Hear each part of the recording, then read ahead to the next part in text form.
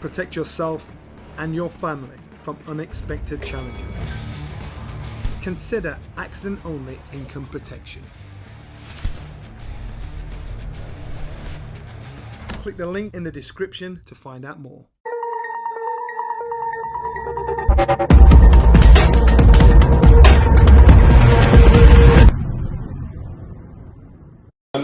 Boxing King Media in association with SaveMoreMoney.com. Shane, SavingMoreMoney.com. Visited the site yet? No, not yet. No, maybe I need to. You might need to. You might need to. Certainly. We're back in Bournemouth, fourth time in 2 years now for Chris Billiam-Smith against Masternak. Everyone thought this might be Lawrence Okolie's rematch clause that he is entitled to. You're surprised that fight isn't happening here next? Nope. I think Lawrence has to deal with a lot of things outside. He also has to really address what happened in that fight. In his eyes, he was a clear favourite. He was going to waltz through Chris Billiam-Smith, but that wasn't the case. He came unstuck, looked terrible. Chris made him look terrible and really beat him up and hurt him throughout the fight. And he gave away rounds, but Chris was taking rounds off and managing the rounds well. So it was quite a comprehensive loss for Lawrence. I think it would be stupid for him to go and jump straight back into the rematch. If you actually think about it from a boxing standpoint, I think he needs a one or two more to build that confidence up, and then get it again, or even he's just fried at the weight and he should go up to bridgerweight or heavyweight. That's my honest opinion. I think he should move up. I mean, Benjamin has alluded to that. He has a right to have that fight at some stage. Is there a time frame when that fight has to take place by?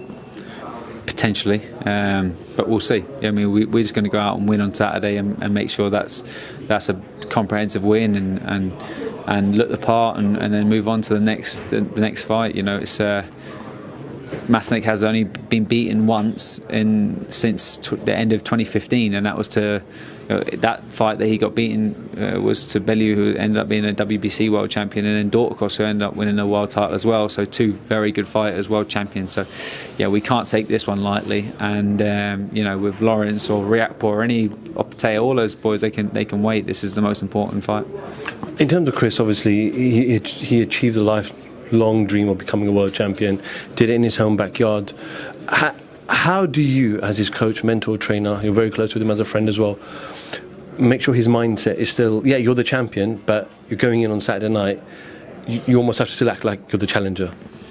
Definitely, but he wasn't touted to. It's not like he is Adam AZIM or Caroline or Ben Whittaker or whoever else coming in, AJ potentially from 2012. You're going to be a world champion. It's just a matter of time. He was like, okay, well, you want to turn pro? At the time, I had David Hay, Groves, Frampton, Josh Taylor, Shanto, Cameron Lee. My gym was booming. It was flat out. So I said, all right, you want to turn pro? Okay, cool. Like, where do you want to get to? And it was like, well, I want to go as far. I want to win a world title. I said, okay, well, how about we win the British and Commonwealth first? He was like, okay. Because really he tried 5 times to get on GB trials, and he kept getting close, and he was losing splits to like Chevron Clark or other people that, or Vidal Riley or Dion Juma, all these people that are now way behind him in terms of their careers. Still good fighters. Well, obviously Dion's packed it in, but it's just one of them things. It was like, okay, let's just take every hurdle as it comes. He ended up winning the Commonwealth after he got beaten by Riakporhe with Craig Glover. Then he went on, then he ended up being British, Commonwealth and European champion. Just won a world title. So his mindset's very much like, okay, like, I've worked extremely hard to get here. He's never going to be complacent because he loves boxing. If you go into boxing without those amateur credentials, you're on small hall shows, you're not on huge paydays. You're doing it because you love boxing and you're hoping you're going to get somewhere. Like Chris is a smart guy, he's an educated guy. He could have made his money doing other things, but he stuck with boxing because he loves it, and obviously it's paid off, and he's made good money, and he's achieved his dream. But when you get there, there's a very big difference. Whenever you become, like, when you've been touted to be a star, and then you get to world level, you either think, shit, it's hard up here, right, and then you just start slacking off, or you want to go on and be a 2-weight world champion, or undisputed, or 3-weight world champion, whatever the goal may be. But for Chris, it was like, hey, we're here now, and obviously, like, he knows how hard he's had to work, and he knows Mastinek's in exactly that same boat, so he's not taking his eye off the ball. All going well on Sunday night, gotta keep forgetting. All going well on Sunday night, get through Mastinek. Ideally, how does his 2024 look like according to you? Does he stay at cruiserweight? Because Bridgerweight, the WBA, have now introduced their version of a belt. Do you see him making that jump anytime soon, or unifications come before that?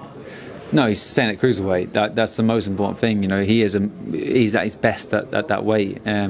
Yes, he could go up and box at Bridgerweight if Lawrence won a world title up at Bridgerweight and, you know, did what he wanted to do down at cruiserweight, and he wanted to fight again for a world title up there, then that's obviously an option. But it's, you know, for now it's just Sunday night is the most important thing. 2024 will be a potentially a unification and a mandatory. We'll see how many times he can fight. You know, he's 33 years of age. He'll be 34 in August, but his body's fresh. He's been in some hard fights, but he started boxing late. And, you know, he keeps himself very, very well. So I think his best years are still to come. But, you know, the most important thing at this stage is just everyone can fight at the world level. You don't get no gimmies. So every fight has to make financial sense, and it has to be properly prepped in camp. And you have to make sure you're super, super dedicated, and you can't go into fights with any injuries. So we're lucky that we've had a great camp, and yeah, he's headliner, and he's getting well paid, and he's happy. He's on Sky Sports. He's loving it. Just moving away, other members in your gym, Adam AZIM, obviously fresh off his victory, becoming the youngest European champion. He's back out quite early, February, I think, is the Boatsy Aziz card. Yeah. He wants to become a world champion by the end of 2024. Obviously, we've got Haney Pro happening tomorrow night. How realistic is that for Adam to fight for a world title by the end of 2024 with the stacked 140-pound division? It might not be that realistic, but we'll definitely be, at the end of 2024, we'll definitely be in a position to push on in early 2025. Depends, you know, anything happens in boxing. You know, you've got Rolly Romeo, that was, I think, was he a world champion? I think he was supposed to be fighting, and plus O'Hara Davies is mandatory, and there's lots of movement. You've got Subriel Matisse has just stopped that Uzbek kid. He's a very, you know, he's a handful at the IBF world champion. Then obviously you've got the WBC being contested for with Prograis versus Haney. I think Haney's going to win that. There's loads of great fights up there, but we don't want to be getting up to that level, because really you got Lopez, Teofimo. I know he might be vacating, but I don't think he is. You got Lopez, that is a champion. He's got huge experience. Box Lomachenko, big wins. Haney, boxed Lomachenko, boxed Linares, boxed all these great people. He's got that experience, and you know, Matisse is it's 20 fights, 20 wins, 1 loss, but you know, avenge the loss with a knockout, and he's got lots of world title 12-round experience. So these guys, like, we need a good 5 or 6, maybe 7 fights before we get there, because it's not like, Adam AZIM will not be a flash in the pan. He won't be getting to world level and then losing straight away. It's, you know, we want to get there, and we want to have the experience there, that we're not forced to get there early. He has huge ambitions for himself, but it's the most important thing is when you get to world level, you're ready to beat everybody, not just the champion that has the belt. You know what I mean? Because that creates longevity. You know, Terence Crawford could have beat Ricky Burns early on in his career because of the style, but was he ready to really beat all the other guys that he's beaten since? You know, and I think that, you know, that is patience, and I think we need to have that patience with Adam. December 23rd, not long away now. It's a huge night for boxing. Caroline's on that card as well. That's right. Yeah, we're still waiting to get an opponent, but she'll be on that card as well. So We'll touch on Caroline. Obviously, I know she's put some tweets out about Katie Taylor, and she's been going back and forth. She's been quite vocal, which is good for her profile. You know, their engagement with fans. But realistically, with Katie Taylor now, she's on the last maybe 2 or 3 fights. Yeah. What do you think Katie does with the belts? I think Katie's going to stay at 135. And then it's just down to us to get the governing bodies to make Caroline Dubois mandatory. Do I think she'll ever box Caroline? I don't think so. I think she realises that Caroline is fresh, can punch. She's got a great boxing IQ as well, and will cause her more problems than any of the opponents she's ever boxed. It's just Katie's not silly. She knows that. She's had a long career. Katie's been a fantastic ambassador for boxing, obviously, especially female boxing, but for boxing. She's done huge things, and I hope that she doesn't go on too long, because she lives for this sport. But if she does go on too long, there is people like Caroline that are fresh, punching hard, and that are getting really good very, very quick. So I believe that Caroline will be the face of the lightweight division, and I think I think Katie should I think she'll stay at 135, box Serrano, then maybe pack it in, or there's talks of her having like a crossover fight or something like that, and then I think she might be she might be there or thereabouts. But if she wins them and wins them really well, she might want to stay on, and she'll have to fight Caroline at some stage. Yeah, December 23rd, not long away now. Huge night for boxing generally. Some great fights on the card. I just want to touch on, obviously, a couple of fights. Won't go to all of them, obviously. Joshua takes on Otto Wallin. Teaming up with Ben Davison. Obviously, Eddie's been quite open and honest that we couldn't fly out to Derek James, fly back for the presser, fly back again with Derek being in camp with Ryan Garcia, then fly to Saudi. So for this fight only, he's going to be training with Ben Davison. Your thoughts? And let me just reverse the situation. If a fighter came to you and said to train me for a fight of that profile, how would the symmetrics work? I mean, listen, you can't knock Ben for doing it, because obviously there's plenty of money in it for him, and if that's his incentive, then that's his. And also he's working with a great athlete in AJ. He's a fantastic fighter, fantastic athlete. And I think you can teach him a lot, but I just think.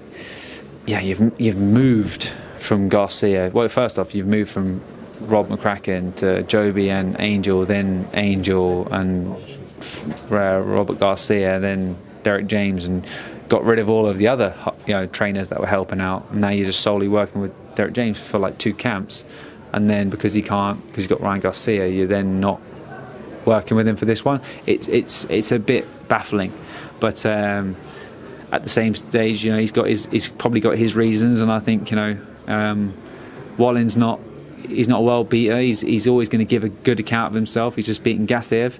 Gasayev's a very hard puncher. I know Usyk said that he was one of the hardest punchers he's ever been in with. He's done 24 rounds with AJ as well, so probably power's quite similar. And I've seen the fight of AJ and Wallin in the amateurs, and he was just loading up trying to clip him. I know he had him in for sparring probably for both of those Usyk camps, so that's why he's chose this fight. But I just think it's just a slippery fight. You should get someone that's just going to walk into you and you just chin him, because really it's all set up to box the big man next, isn't it, Wilder? And I just don't understand that thought process. I don't understand the training processes as well. Not knocking any trainers or nothing. It's just it's a bit of a bold move, just with 5 or 6 weeks to go. And obviously he really believes in himself, because that shows confidence that he's willing to I'll just use this guy for now. But it's about looking good. It's about building momentum. It's about going into a fight where you will be the underdog against Deontay Wilder with loads of confidence. And you need confidence from one voice. That's my opinion. Correct me if I'm wrong, Shane. I believe there were some talks a while ago with your team and Joshua's team about you potentially training him at a particular time. With now him coming back to the UK, do you anticipate getting a phone call? No, now that you don't have Daniel Dubois in the gym, so there's no other heavyweight in the gym. No, I don't think so, because I think there's been plenty of opportunities that he could have come to the gym, but I was just saying in another interview that, you know, really, like, I've got Adam, who's a great talent. He's doing really, really well.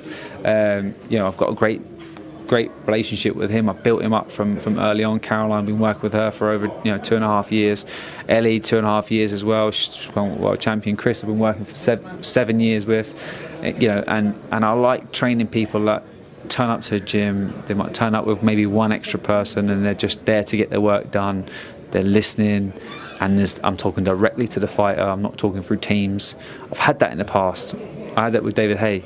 I was training a guy that had made multi-million, loads of millions, and had everything that he would ever want from boxing. And it was like, yeah, he wanted to regain what he had before, but it's just the hunger was different. It wasn't like it was okay. Not necessarily I know better, but it's more just like it was a slog. And with someone like AJ, he's got endless amounts of media he has to do. He's got loads of endorsements he has to go to. He's getting run ragged here, there and everywhere because he has to go and do all of these appearances and stuff. But really, and he turns up to a gym with camp managers and towel dudes and fucking timing guys that are, giving him skipping ropes and shit. It's just like, fuck all that bullshit. That's not what it's about. It's about turning up by yourself, like you did when you first got to the amateur gym when you were 15 years of age or 12 or whatever age you started, or for his case it was probably a bit later. But you turn up humble, ready to get some work done, ready to listen and put in the graft, and that's the way it should be. And I think turning up with all these other people that have no purpose, that's where you get, you're just listening to fucking opinion after opinion, and you're going to get nowhere. Final one, Daniel Dubois, your ex-fighter, takes on Jarrell Miller. Obviously, we know what Jarrell Miller is, very good at talking and selling a fight. Daniel's coming with a loss, though. Where do you think he is mentally, physically? Was this the right fight for him? Obviously, a lot of money on the table. It is the right fight for him. Because Miller pushes him back. Daniel's the best when he's on the back foot. We had Jermaine Franklin in the gym doing lots of rounds. We had people like Jamie TKV in the gym. Everyone that pushed Daniel back, he looked the best. He looked really sharp, and he's got a great jab. He's got unbelievable punch power. He's really not the best when he's attacking people. So that's why he went on the back foot against Usyk, tried to walk him onto a shot, tried to time him. So. But I think Miller back in the day, when he was caught doing what he was doing with all of the PEDs, his work rate was phenomenal, and he was active, and he was walking you down, and he was like a little bit of lateral movement. He hasn't been active. I think the Miller back then would have been a handful, but it also would have suited Daniel's style. Whereas now I think the inactivity, the only thing I question with Daniel is how's he going to come back from this loss? If he hadn't have dropped Usyk with that body shot, he wouldn't be crying robbery. He'd be thinking, shit, I got overwhelmed, and I got beaten up, and I got dropped a few times, by a guy that's not a massive puncher. So in the back of his head, he's thinking, now I'm boxing a guy that talks a lot of shit, right? Daniel doesn't like confrontation, talks a lot of shit, and not necessarily a massive puncher, but he's going to be a huge presence, and he's coming with a big mouth.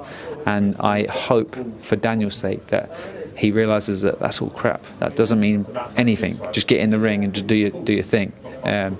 But if he has that inner belief, inner confidence, I hope Don Charles can help install that. I think he wins, but time will tell. Shane, appreciate your time, and best of luck on Saturday with Chris. I'm sure we'll catch up with you after the fight. Perfect. Thanks, mate. Thank you. Have you ever been stranded on the side of a motorway with a broken down car? Like me, is that something that worries you? That's where motor breakdown insurance comes in. If your vehicle breaks down, a trained professional will be sent out to get you back on the road. Or if this is not possible within the specified time frame, to transport you to your home or to the nearest garage.